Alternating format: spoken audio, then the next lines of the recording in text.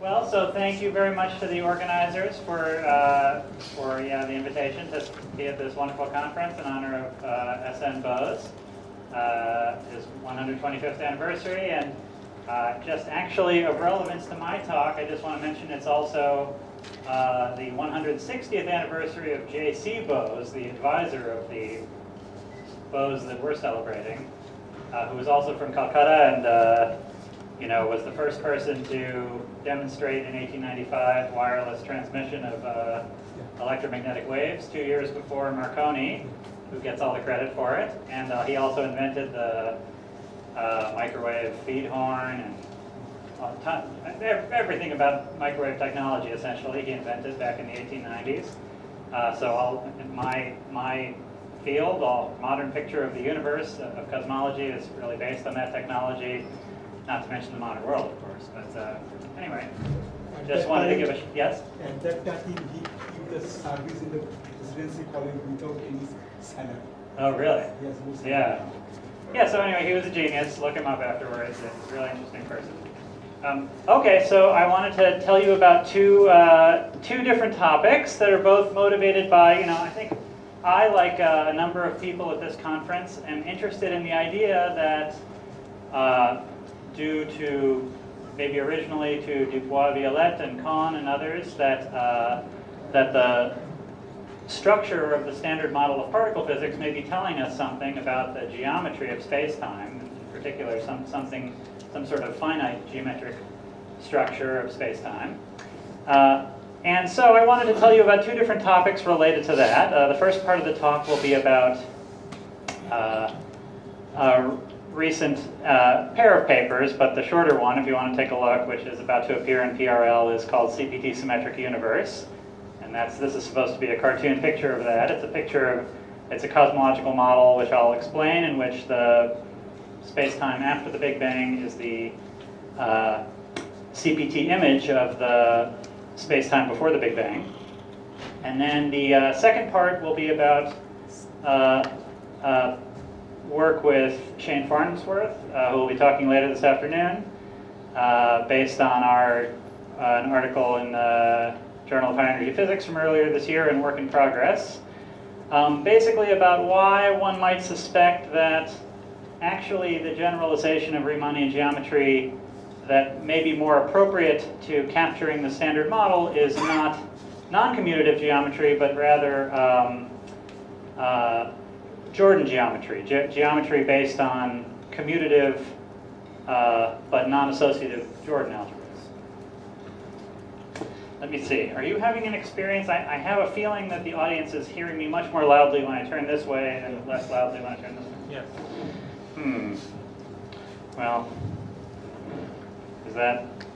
Oh, I'll try to remember to turn this way. Okay, so here, the first part, here's the basic idea.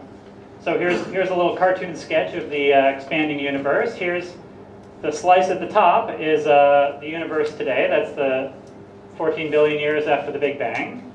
And then as we look back through a combination of observational probes, mainly observations of the cosmic microwave background and of the abundance of light elements in the universe, we see back to sometime roughly 1 second after the Big Bang. And what we see there, what we observe about the state of the universe at that time is that it was extremely simple.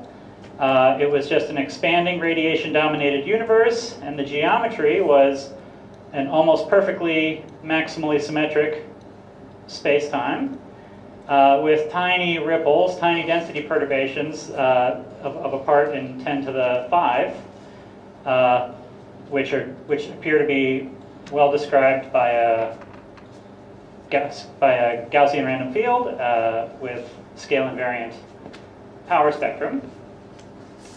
And so that very simple state, 1 second after the bang, is clearly some important hint about the early universe. And the question is, what is that hint trying to tell us? The conventional interpretation, the interpretation believed by most cosmologists, is that the hint is telling us that this slice was preceded by an epoch of inflation, an epoch of accelerated expansion. And you know, to motivate that, people often imagine that there was some earlier moment in the universe when the space-time was some mess, very far from maximally symmetric, with perturbations very different from what we see. And the idea is that inflation is supposed to iron out that initial mess and produce the simple slice that we do see. But you know, I just want to emphasize that there is absolutely no evidence at all for that earlier messy period. I just want to emphasize that it's, for all we know, that's just completely a figment of our imagination. In which case, inflation is solving some sort of fictitious problem, how to take that imagined messy space-time to the simple one we see. So, you know, I want to take a different perspective on what's going on here. Really take the observations at face value. We see as far back as we can go, which is really quite far back. We see a very simple radiation-dominated universe, and so let's take that seriously. Imagine that really is what is there in the early universe, and try to figure out what to make of that. In what sense you are considering the universe to be of conical shape? Yeah. Well, that's a cartoon. That's a cartoon picture. Really, we don't know the global shape of the spatial slices. Here, I'm really just trying to show that it's. I'm just trying to depict a universe that is bigger at late times than at early times. So I'm really just trying to show that the cosmological scale factor has expanded in between. I don't mean to say that the universe is actually spherical at a given moment in time. We don't know that. So this could well be an infinite R3. I'm just trying to depict that the distance scales were smaller here than they were here. I think it's a mathematical model, no? What? Mathematical model. The structure of the universe is a mathematical model. Yes, that's true. Yeah. Yeah, I'm just trying to pictorially depict the so-called FRW metric. And during the radiation-dominated era, the scale factor A expands linearly in the conformal time tau. So that's why I drew it down. So let's see. So actually, that's what I was going to say next. So let's not try to invoke some other unobserved epoch here. Let's just take seriously what we see. What we see is that near the bang, the universe has this structure. The metric is just the flat space metric, eta mu nu, times a scale factor. And the scale factor passes through 0 at the Big Bang, but it does so in the simplest possible way. It's just proportional to the conformal time, and it just momentarily passes through 0, but is otherwise completely analytic. And so let's just try analytically extending that space-time, just not cutting off tau at 0, but allowing it to go to minus infinity, and see where that leads us. And you know, the first thing you notice when you do that is that the space-time suddenly has a new isometry, you know, relative to a normal FRW universe, which is that it now has this extra isometry that it's symmetric under tau goes to minus tau. There's time reversal symmetry.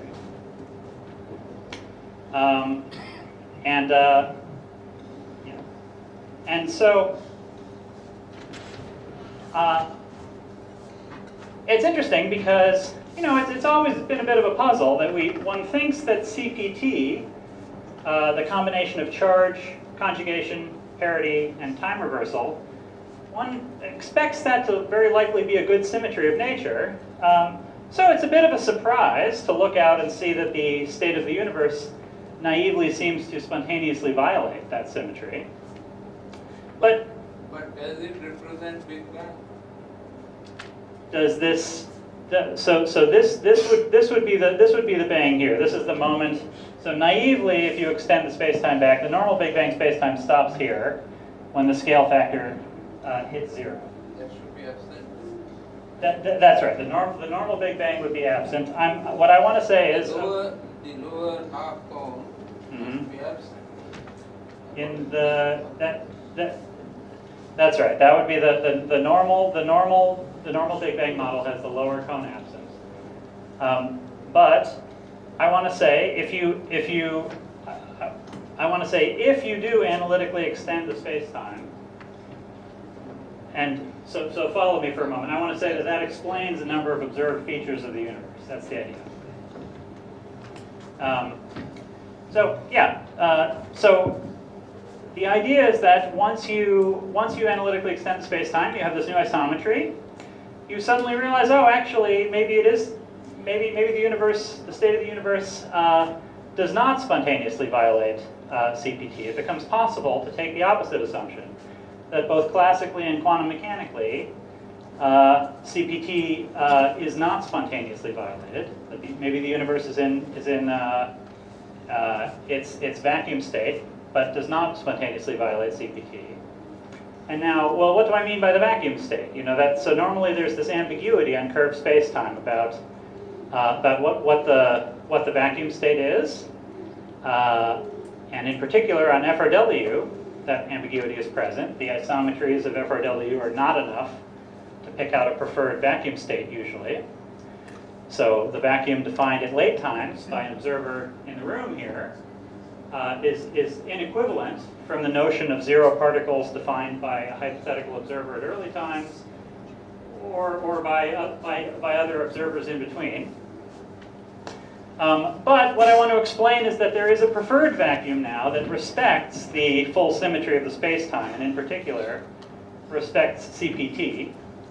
And then I want to argue that if the universe is, let's take the hypothesis now, that this natural hypothesis that the universe actually is in this preferred vacuum, which respects CPT, and well, in our paper we explain that explains a number of things, but for the purposes of this talk, I want to say something about what it implies for dark matter, because that in turn tells us something about the finite structure of the Yukawa matrices, which I want to then bring to the attention of the noncommutative geometers in the room. Okay, so first let me explain what I mean about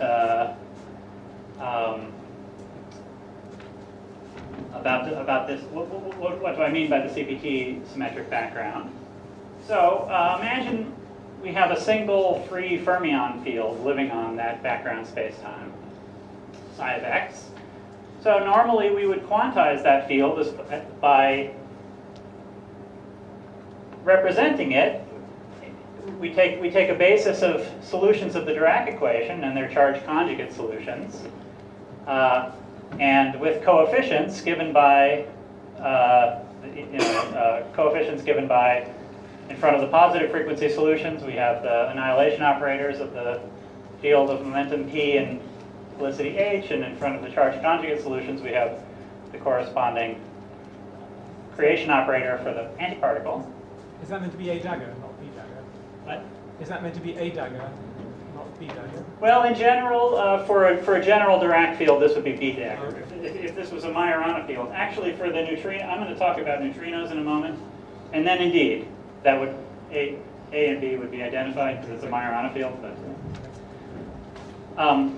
okay, but so the whole point is that on curved spacetime, I said we put the A's in front of the positive frequency solutions, but on a curved manifold, people won't agree about what the positive frequency solutions are. So, in particular, the late time observer will be interested in the solutions that look like positive frequency at late times. Let's call those solutions psi plus. But instead, an observer at early time, far before the Big Bang, would call a different set of solutions positive frequency, the ones that were positive frequency down here. So they would just take a different basis of solutions. And one can show that those two solutions are inequivalent. They're related by a so-called Vogel-Yubov transformation, and you can work that out exactly. And the key point is that neither of those solutions neither of those bases are CPT invariant. Instead, under CPT, actually this basis gets transformed into this one and vice versa. And so the vacuum state that would be defined at late times by this guy, the vacuum state which is annihilated by the A plus and B, by the corresponding A plus and B plus coefficients of these modes, is not CPT invariant. Instead, it's under CPT, this vacuum gets converted into this vacuum and vice versa. Okay, but there's another set of modes that are CPT invariant. There are certain linear, they can be expressed as a certain linear combination of these modes or of these modes. And now under CPT, all that happens is that these guys get swapped so that the vacuum that is defined as the state in Hilbert space that is annihilated by all of the A's and B's is invariant. Okay, so imagine that the universe really was in that CPT symmetric state. Then what would the late time observer like us see? Well, you can work that out. So if you re-express these CPT invariant solutions in terms of our late time, the positive frequency and negative frequency modes defined by a late time observer, there are some alpha and beta coefficients, so-called Bogoliubov coefficients, that define the transformation between those bases. And according to a late time observer, even if the universe was in this vacuum, according to a late time observer, using the number operator based on these creation and annihilation operators, so we in this room, we would measure a certain non-zero number density of particles even if the universe was in this vacuum, because these two vacua are inequivalent. And it turns out that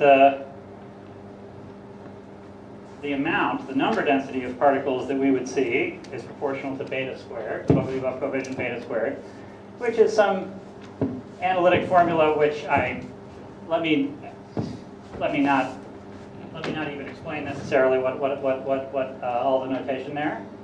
Just to say that it can be worked out explicitly just by working out this change of basis between those two different solutions. But how the capital MP and small m in D, which place they are appearing? Yes. Okay. Sorry. That's a good point. So, okay, I will tell you what these things mean. So pi, P is the magnitude of the spatial co-moving momentum of the mode. It's just the absolute value of this thing. M Planck is the Planck mass. That's constant, defined in terms of Newton's constant, h bar, and c. MdM, that stands for M dark matter, but because in a moment I'm going to interpret this as the mechanism by which the dark matter is produced. But for now, M is just the mass of this. This is some massive Dirac free field on the space-time. This is the mass of that. And then 3 over rho 1. Rho 1 is the energy density of the radiation, which is the energy density of the radiation which sources the expansion of the universe, the source of energy in the radiation-dominated era. Okay, and so in other words, to make a long story short, it's the exact analog of the reason that particles radiate from a black hole, which Sean talked about earlier this morning. That happens because the black hole is in one vacuum state, but the observer far away from the black hole defines a different vacuum state, and therefore it appears to that person that the black hole is emitting some non-zero density of particles. And so analogously, here we're assuming the universe is in one state, the CPT symmetric state, but at late times, far from the Big Bang, we define a different vacuum state, a different notion of no particles in this room. And so we, in this room, see some non-zero abundance of particles emerging from the Big Bang. Okay, so how does this relate to the standard model and to dark matter? Well, let's just quickly review what the particles are in the standard model. So the standard model has this gauge group, SU3 times SU2 times U1, and the fermions in one generation, well, we have the left-handed quark, up and down, up left and down left. Then there's an upright and a down right. Then there's the left-handed leptons, nu left and e left, and the corresponding right-handed neutrino and right-handed electron. And then each of these guys carries an index I, which goes from 1 to 3. There's 3 copies of them because it's an observed fact that there are 3 copies of the fermions in the standard model come in 3 copies, 3 generations.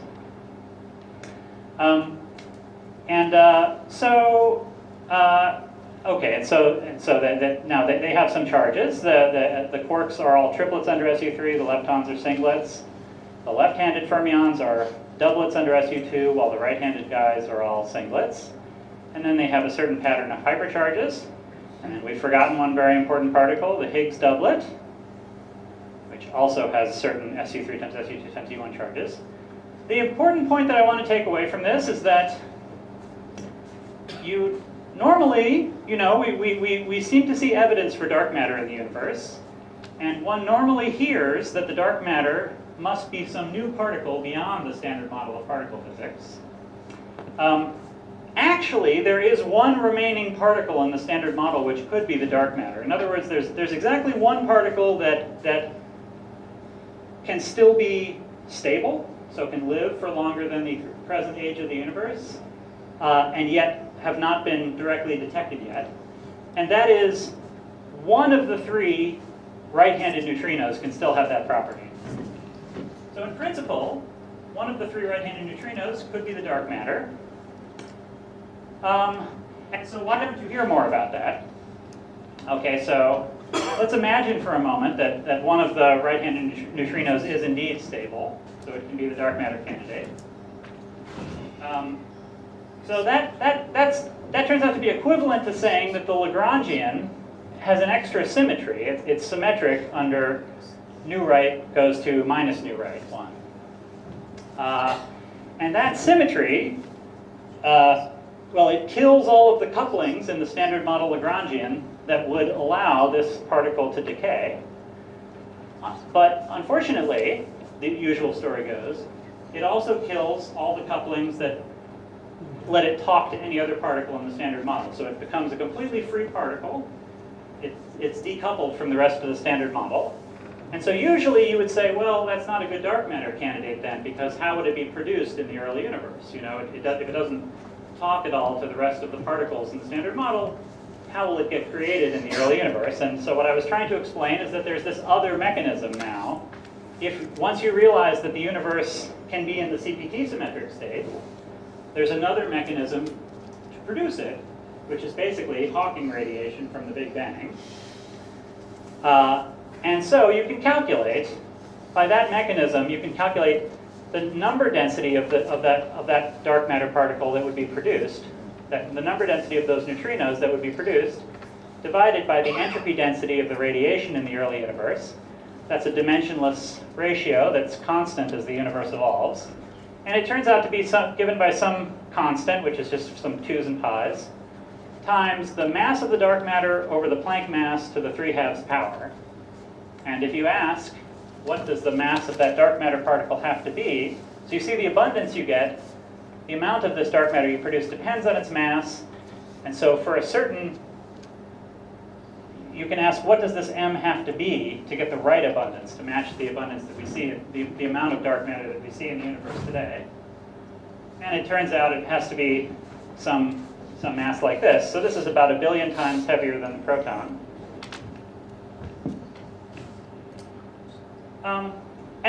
But then once you do that, this really fits, this is a beautiful dark matter candidate. It fits everything we know about dark matter. And for my money, it's the simplest and most minimal explanation of what the dark matter is that we currently have. So this scenario makes a couple of other predictions.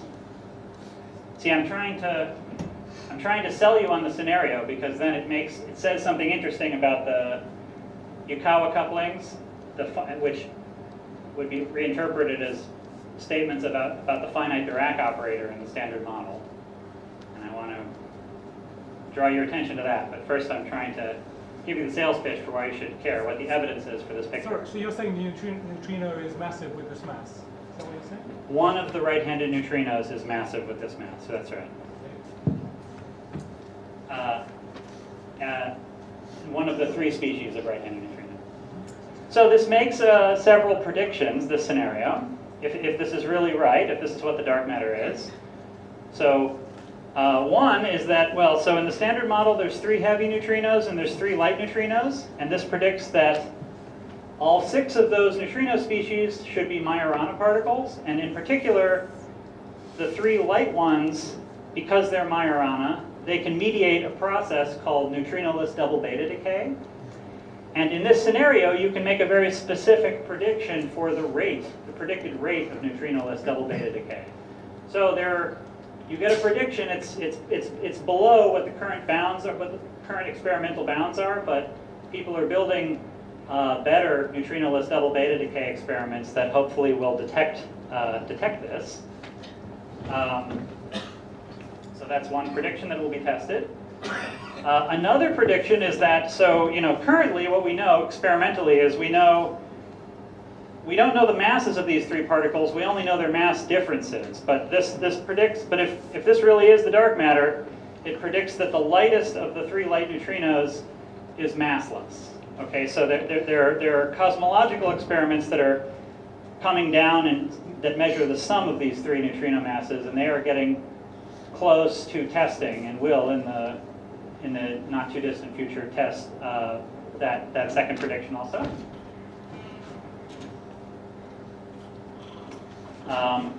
And then so then there's one other point, which is that so we've so far talked about that one of the 3 heavy neutrinos is the dark matter. The other 2 is still decay, and when they decay, they decay in a way that produces more leptons than anti-leptons. So so they can explain where in the universe today we observe there's a slight excess of matter over antimatter. That's why the universe today ended up being made of matter, not of antimatter. So it's the decay of the other 2 unstable heavy neutrinos that produces that asymmetry. Okay, and there was even, so I wasn't sure whether to show this. There was a paper, after a follow-up to our paper came out, that unfortunately on April 1st, which is April Fool's Day on the archive, but it was a serious paper claiming that that an experiment called the Anita experiment had actually seen evidence for the decay of our proposed dark matter particle. I would love to believe that that's true. Unfortunately, I actually having thought more about it since then, I've come to believe that it's not true. Not really. Whatever they're seeing, it's not our dark matter particle. But nevertheless, it's intriguing. I just put it. I could tell you, and if anyone's interested, I can tell you more later. But maybe that's all I'll say about it. But okay, so if this is true, if there is this extra symmetry in the lepton sector of the standard model, well, it begs the question. The pattern of particles in the standard model has this property that the leptons appear to be just a colorless copy of the quarks. Otherwise, the structure is completely parallel. And so if there really is this symmetry, this Z2 symmetry affecting one generation of right-handed neutrinos, you would naturally guess that there would be an analogous symmetry affecting one generation of right-handed up quarks, since that's the analogous quark field. And so yeah, you would, if this is present, a natural guess would be that this is present. And so another question is there any evidence for this? Is this compatible with what we see? Well, the first thing, if this symmetry were present, that would predict that the up quark, one of the 3 up-type quarks, would be 0 mass. Well, indeed, one of the 3 up quarks is observed to have nearly 0 mass, to have much lower mass than the other 2. and indeed to be compatible with zero mass. Now there's a subtle issue which I can talk about later, but if you look at the particle data book, you'll see that it actually has been measured to have a slightly non-zero mass, but it's tricky. There's two different notions of mass which don't quite agree, and it's hard to precisely quantify. So the thing that's really predicted to be zero here is the Yukawa coupling of this quark to the Higgs. And it is still compatible with what we know that is zero. And then there's a famous problem in the standard model called the strong CP problem, which is that there's a term which naively you can write down in the standard model. There's the normal kinetic term for the strong force gauge field, which is its field strength G mu nu squared. But then there's another term you could write down, which is the G mu nu contracted with G twiddle. That's a parity violating term. A priori, that's allowed. That seems to be allowed in the standard model, but the coefficient in front of that term has been measured to be less than 10 to the minus 9, and no one knows why. One appears to not be able to see any physical effects from that term. And that's a puzzle usually. But it turns out that if one or more of the quarks is exactly massless in this sense, then that problem goes away. That coupling becomes unobservable. So this is all to say that I think, in my opinion, there is quite a lot of evidence, maybe not clinching evidence, but quite strong evidence, that something like this is going on in the standard model. And so, it says that these two Yukawa coupling matrices, the one that the matrix of couplings between the uptype right-handed quark, the left-handed quark doublet, and the Higgs. Sorry, that's this one.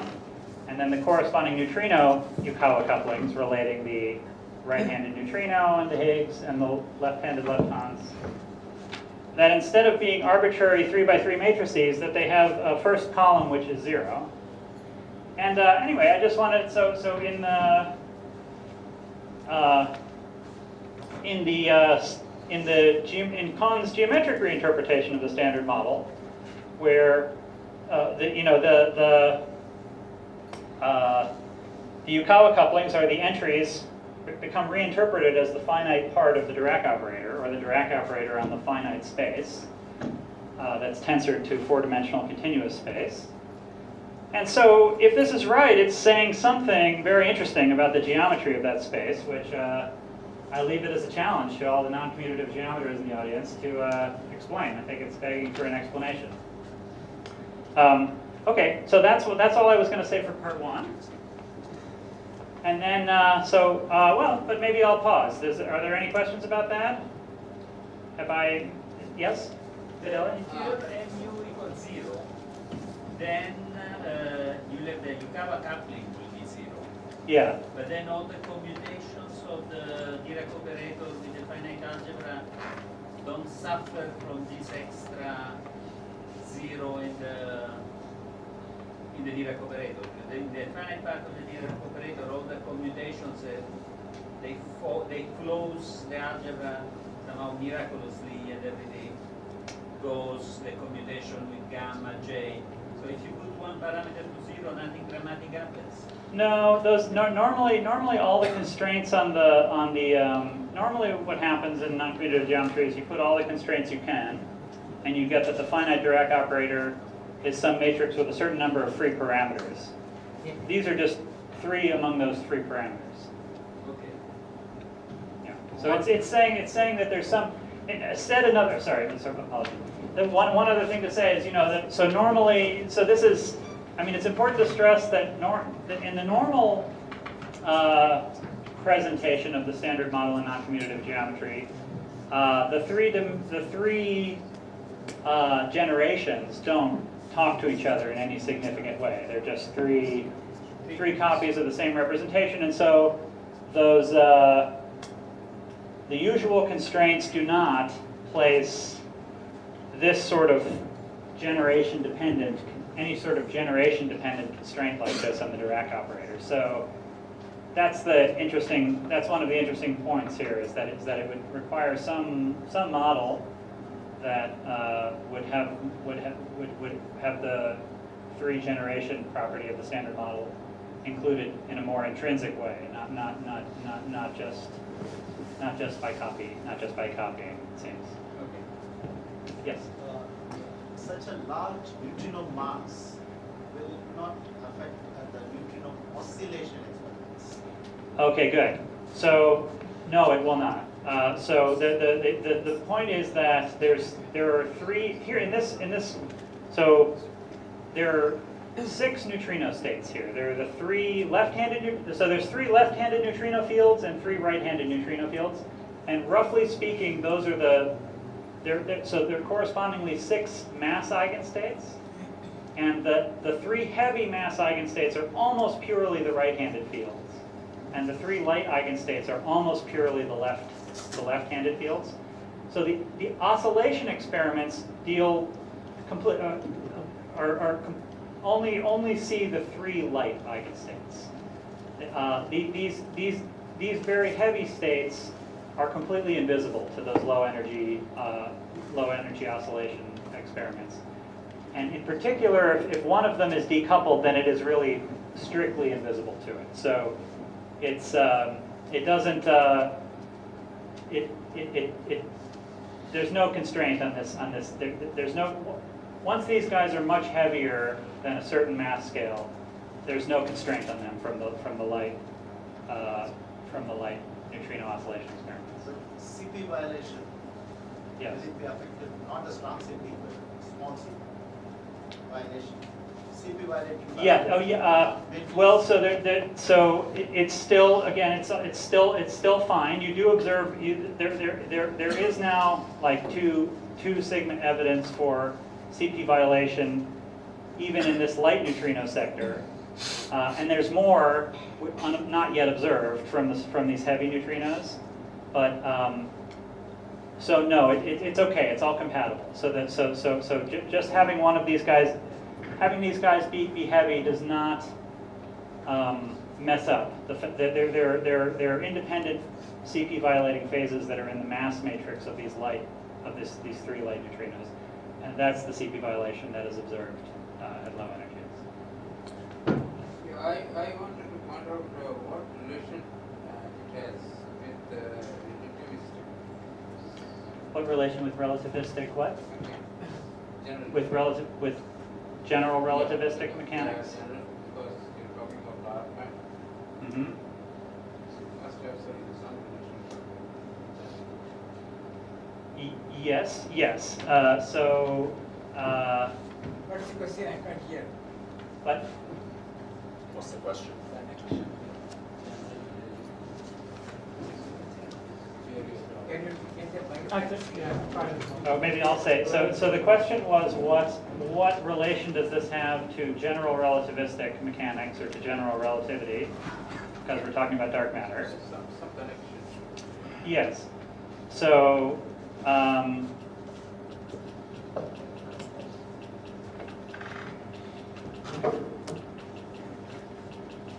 So the calculation that I was discussing before was done in at the level of quantum field theory in curved spacetime. So it's a semi-classical marriage of quantum field theory for the matter fields living on a curved space background, which is assumed to satisfy Einstein's equations for GR, but is otherwise treated classically. So it's a sort of approximation scheme to the full theory of quantum gravity, which we don't know. But it's the same approximation scheme that's used to derive the phenomenon of Hawking radiation from a black hole. And in this context, it should be it should be fine. It should work well. But so indeed, these fields are living on a curved background that satisfies Einstein's equations, and that's a key part of the effect. Yes? Do you expect this theory to obey quantum field theory in Minkowski space-time locally? Yes, it still satisfies the Hadamard condition, and so yes, so it just so. Do you mean if this? So this is the normal standard model of particle physics. So it reduces to the and this state does satisfy the normal properties. So the correlators all behave the same as they do in the normal Minkowski vacuum we would define in this room at short distances. At long distances, they're different. That's what the cosmological effect is coming from. But at short distances, they're the usual ones. Yes.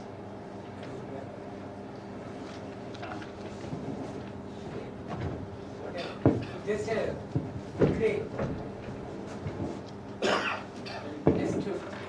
today I got an email from physics study that there is some evidence for fourth generation of neutrinos. Fourth generation of neutrinos. Yes. Yes. Yes.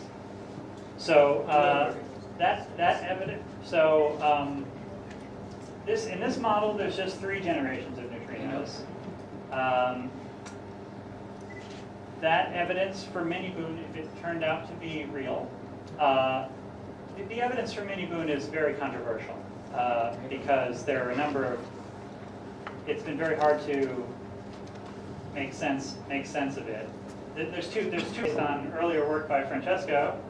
But so this way of writing it, the algebra is represented by an 8x8 block diagonal matrix. So the upper 2x2 block is the quaternion. Then there's a complex number lambda, which is the lower 1x1 block here, and is embedded as a 2x2 block here, is embedded in the quaternions. And then this 3x3 block is a 3x3 complex matrix M. And then there's 32 fermions in one generation of the standard model, and here they're represented as 16 fermions and their corresponding antifermions, again grouped into an 8x8 block off-diagonal matrix. This way of representing things is very neat in a number of ways. First of all, in this way of representing things, the left action of the algebra on the Hilbert space is literally just the left multiplication of this 8x8 matrix on this 8x8 matrix, and the right action of the algebra is just the right multiplication of this matrix, 8x8 matrix, on this 8x8 matrix. And then J, the charge conjugation operator, in this language, just acts as the dagger on this matrix. So it's a very neat, very natural, neat way of rewriting things. So now Shane and I had been interested. So am I out of time, or do I have a few minutes? No, you got a few minutes. So Shane and I have been interested for the past few years in the idea that so in Kahn's way of formulating things, you have a spectral triple consisting of an algebra A represented on some Hilbert space H, and we've argued, and in particular in our most extensively in our JHEP article earlier this year, that that it's very nice for both phenomenological and formal reasons to group this algebra and the Hilbert space into a bigger algebra that we call B, which is just you take the direct sum of these two vector spaces, and then the product on this new algebra is, well, the product in this part is of course just inherited from the algebra A. The product of H with itself is 0. It's just assumed to be nilpotent. And the left and right product of A with H is given by the left and right product defined by these matrices. So that defines this algebra B. And so now, and then you can see why this representation gives the standard model in this language by saying, let's look at the automorphisms of this algebra B. So you can work out the automorphisms. There's a set of automorphisms that reduce to the inner that when restricted to A are the inner automorphisms of A, and then there's an additional set of automorphisms that just act on H and leave A alone. And so if you ask how the spinors transform under those automorphisms, they transform as in this table. These first three columns come from the inner automorphisms, and then this final column comes from the outer automorphism, the automorphism that doesn't touch A. So, you know, the key point is that the first three columns are exactly the columns that we previously met when describing the fermions in the standard model. They reproduce the charges and field content of the standard model. And then the final column predicts that an extra gauge symmetry, U1B minus L, which is really one of the only consistent, is the only consistent U1 extension of the standard model, and it's phenomenologically allowed, given what we currently know. So that's the usual story. Now, there's always been an awkward point about this story, which is that the algebra here is a real algebra. The Hilbert space is a complex vector space, and so it's been possible, you know, but it's always just seemed a bit ugly to have to take the direct sum of a vector space that naturally wants to be real and another one that naturally wants to be complex. It would be nicer if this was a real vector space, and it would be a real vector space if you imposed, you know, if you imposed some condition like that J times H was equal to itself. That this is a Majorana space. But if you wanted to do that, so that this became a Hermitian matrix, well, then it would be natural to want this to be a Hermitian matrix also. Hermitian matrix, if you just take the matrix product of two Hermitian matrices, that's not a Hermitian matrix. That they don't form a good algebra. Instead, if you have Hermitian matrices, you have to take their anti-commutator to get another Hermitian matrix, and that defines a kind of algebra called the Jordan algebra. So, in other words, it's a matrices equipped with the anti-commutator as the product. It's like the flip side of a Lie algebra, which is anti-Hermitian matrices with the commutator. Instead, we take Hermitian matrices with the anti-commutator. That defines a Jordan algebra. And so the bottom line is that you can find a related Jordan algebra, which, when represented on the same Hilbert space of fermions, now it's very natural to take this algebra of 8 by 8 Hermitian matrices and add it to this vector space of 8 by 8 Hermitian matrices. Take the anti-commutator as the product on the whole thing, and look at the automorphism group, and now you get a table. Now if you look at how the fermions transform, they transform in a different way. Well, the only thing that's different from the previous table is this column, actually. But if you stare at it a bit, you realize that this column is just a linear combination of this column and the U1 column that we had on the previous page. So in other words, secretly this table is actually equivalent to the table on the previous page. It's physically equivalent to the charge content of the standard model. And for a number of reasons, which I don't have time to go into, we are interested in this reformulation. It seems natural in a number of ways to do something analogous to what Kahn did, but with Jordan algebras of Hermitian matrices, commutative but non-associative algebras, analogous to Lie algebras, instead of associative non-commutative algebras. There was a very interesting paper about this by Dubois, Violette, and Todorov. There have been a series of papers, actually, but the most interesting one so far is this one from August, trying to do this by taking the algebra to be the so-called exceptional Jordan algebra, which is it's a particularly beautiful Jordan algebra that many people have dreamed of relating to the standard model over the years. And I think it's very interesting. Okay, sorry. Thanks very much. Thank you.